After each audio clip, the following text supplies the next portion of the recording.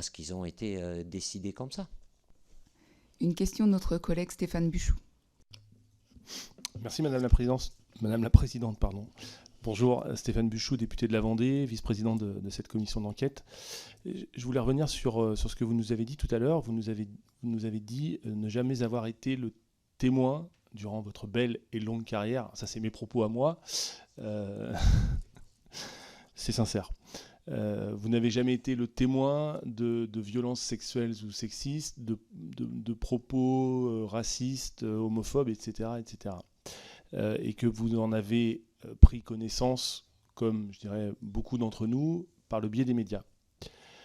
Ma question est la suivante. Je voudrais savoir si, une fois que vous avez eu connaissance de ces affaires, qui touchaient aussi le football et d'autres sports, est-ce que, dans le rôle qui est le vôtre, qui n'est pas n'importe quel rôle, celui de sélectionneur de l'équipe de France, vous avez mis en place, avec votre staff, des actions de sensibilisation? Première question. Deuxième question, une fois que ces affaires sont sorties, est-ce qu'il y a eu des échanges avec la direction de la fédération, en l'occurrence son président et sa directrice générale, pour échanger, savoir s'il y avait là encore des actions à mener au sein de l'équipe? Dit autrement, après que tout ça ait été connu, est-ce qu'il y a eu des actions particulières ou ça a continué comme avant? Merci de vos compliments. La question aussi, mais c'est pas facile de répondre. Non, je vous confirme, en toute, je suis sous serment, je ne suis pas là.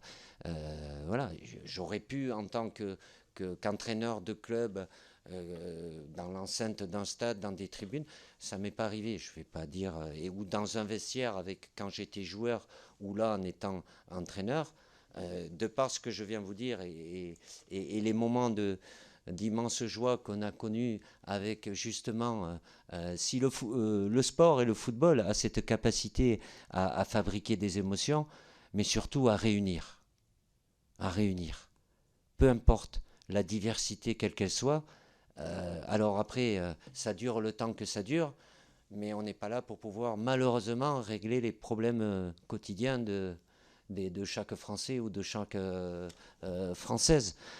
Vous savez, quand les joueurs, moi quand j'étais joueur en équipe de France, c'était déjà le cas, et depuis que je suis devenu sélectionneur, être joueur de l'équipe de France de football, quand on vient et qu'on porte ce maillot, c'est déjà un privilège, un honneur. Il y a évidemment beaucoup de devoirs. Ils ne sont pas là pour recevoir après, partager des joies et des émotions quand il y a des succès, oui, bien évidemment. Mais ils ont des devoirs par rapport à l'image qui est communiquée, par rapport, et ça c'est aussi très important pour moi, le fait d'être de bons exemples pour la jeune génération. Je peux vous assurer qu'ils en ont tous bien conscience. Après, ils ont leur liberté de pouvoir s'engager, et ils sont beaucoup engagés dans des différentes causes. Après, il y a la sensibilité des uns et des autres, bien évidemment. Moi, l'image qui me tient par-dessus tout le plus à cœur, c'est que cette équipe de France doit communiquer une image d'unité et de solidarité, sur et en dehors du terrain, avec des joueurs français, bien évidemment, mais venant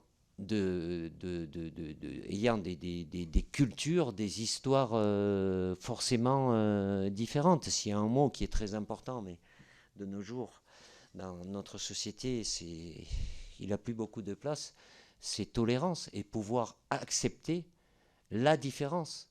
Et pas dire, moi je pense ça, ça c'est bien, ça c'est mal. Tout dépend de chacun.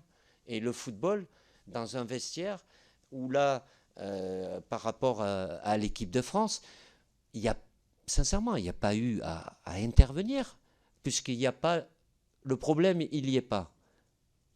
Il n'y est pas.